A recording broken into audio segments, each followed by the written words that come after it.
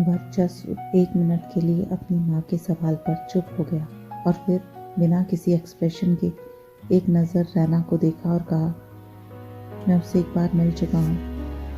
ये सुनते ही उसकी माँ जयंती बहुत खुश हो गई और उसने एक्साइटमेंट से कहा, अरे वाह, ये तो बहुत अच्छी बात है।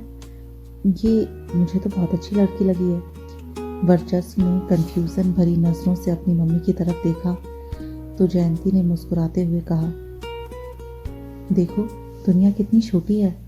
मुझे उम्मीद नहीं थी कि ये मुझे यहाँ मिल जाएगी। पिछली बार जब मैं हॉस्पिटल में रजिस्ट्रेशन के लिए लाइन में लगी थी तो मुझे यहाँ का प्रोसेस समझ ही नहीं आ रहा था। ये सब पहले से बहुत ज़्यादा कॉम्प्लिकेटेड हो गया है। तब इसी लड़की ने मेरी हेल्प की थी। वर्चस्व ने हाँ में अपना सर हिला दिया और रैना की तरफ देखने लगा। तभी रैना को ऐसा लगा जैसे उसे कोई देख रहा था। उसने अपनी आंखें खोली और जैसे ही उसकी नज़रें सामने खड़े वर्चस्व पर पड़ी, वो एक झटके से उठकर खड़ी हो गई। रैना भूल चुकी थी कि उसके हाथ में ड्रिप लग रही थी। अचानक हिलने की वजह से उसका खून ड्रिप पाइप में वापस चला गया। दर्द का एहसास होते ही रैना ने तुरंत अपने हाथ की तरफ देखा और नीचे बैठ गई। वर्चस्व ने रैना की तरफ घूर कर देखा। जयंती ने उसे ऐसे देखकर वर्चस्व के हाथ पर जोर से थप्पड़ मार दिया और कुछ ही देर की बातचीत में जयंती को रैना बहुत ज़्यादा पसंद आ गई।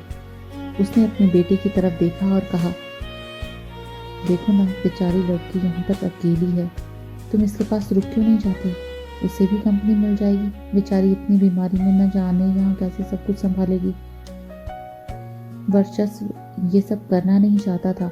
उसने सख्त नज़रों से अपनी माँ की तरफ देखा तो जयंती ने भी पलटकर उसे घूरते हुए देखा और कहा, अब क्या मेरे कुछ कहने पर भी तुम मुझे ऐसे लुक दोगे?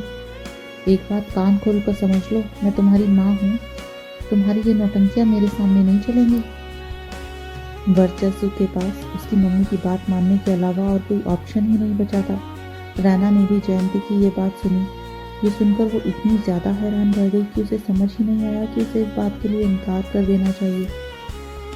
वर्चस्व ने गहरी सांस लेकर कहा, चलो ठीक है, आपको पार्किंग तक छोड़ आता हूँ। पहले आप घर चले जाइए, यहाँ मैं सब देख लूँगा। वर्चस्व की बात सुनकर उसकी मम्मी बहुत खुश हो गई।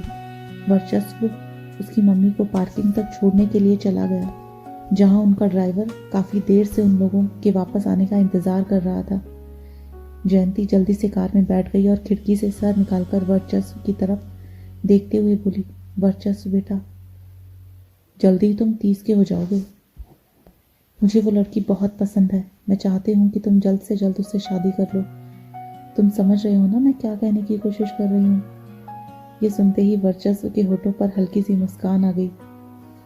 उसने अपनी जेब में हाथ डालते हुए अपनी मम्मी की तरफ देखा और अचानक वर्चस्व ने मन ही मन कहा, मम्मी, जिस लड़की को आप अपनी बहू बनाने की सोच रही हैं, अगर पता चल जाए कि वो ऋतिक की एक्स गर्लफ्रेंड है तो क्या तब भी आप उसे अपनी बहू बनाने के लिए तैयार हो जाएंगी? वर्चस्व जानता था कि ये बात उसकी मम्मी को बताने लायक नहीं थी, इसीलिए उसने डिसाइड किया कि इस बारे में वो अपनी मम्मी को कुछ नहीं कहेगा और अपना सर हिला दिया।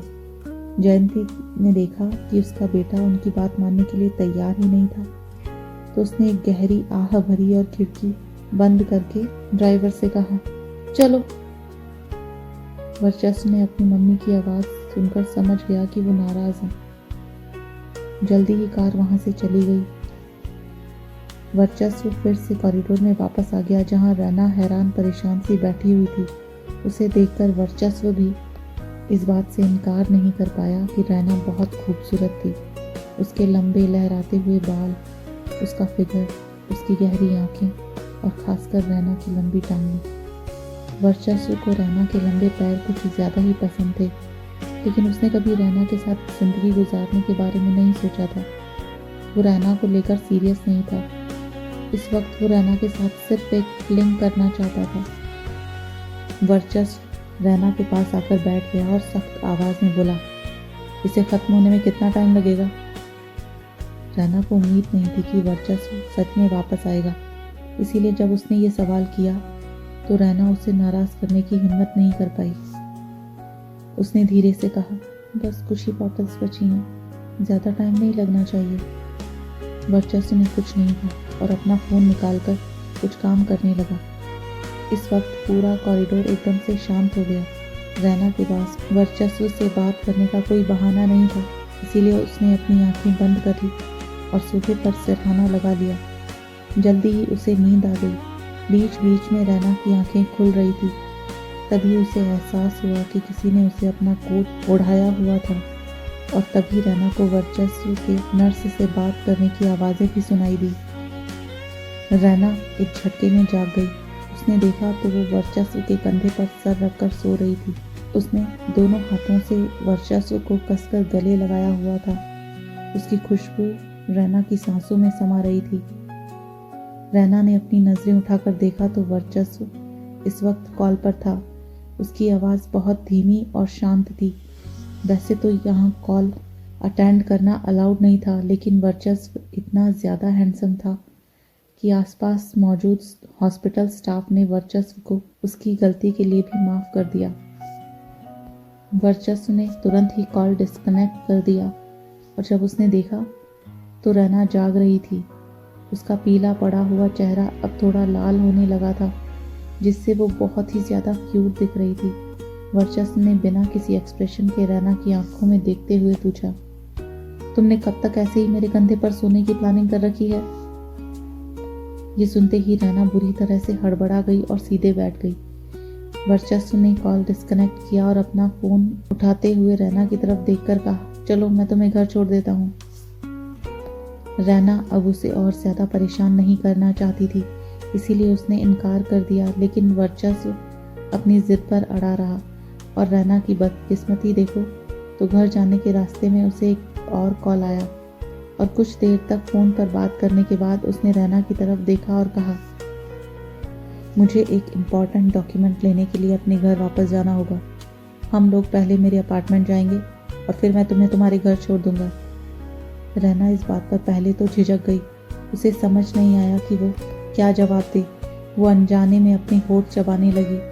रैना अच्छे से जानती थी कि किसी बैचलर के अपार्टमेंट में जाने का क्या मतलब हो सकता था, लेकिन वो ये भी जानती थी कि बहुत सारी लेडीज़ वर्चस्व के साथ रिलेशन बनाने की कोशिश कर रही थी और बुरी तरह से नाकाम भी रही। इसका सीधा मतलब यही था कि वर्चस्व किसी भी लेडी के साथ बिना उसकी कंसेंट के कुछ नहीं करता था। इसका सीधा मतलब यही था कि उसे रैना के साथ कुछ भी करने के लिए किसी झूठ की ज़रूरत नहीं थी।